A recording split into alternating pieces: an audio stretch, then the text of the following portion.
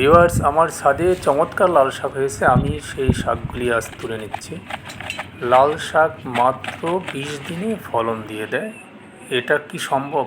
আমি এই ধারণাটুকু আমার আগে ছিল না। আমি যে বীজগুলি রোপণ করেছি গত মাসের 18 তারিখ, আজকে মাসের 8 তারিখ, এটা জুলাই মাসের 18 তারিখে আমি এই বীজগুলি রোপণ করেছিলাম। আজ হচ্ছে আগস্ট মাসের 8 তারিখ। আমি শাকগুলি তুলে নিচ্ছি।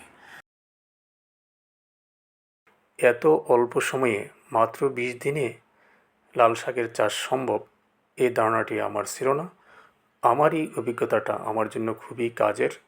আমি এই অভিজ্ঞতা কাজে লাগিয়ে আরেকটু বড় পরিসরে ছাদে লাল শাক চাষ করতে পারবো।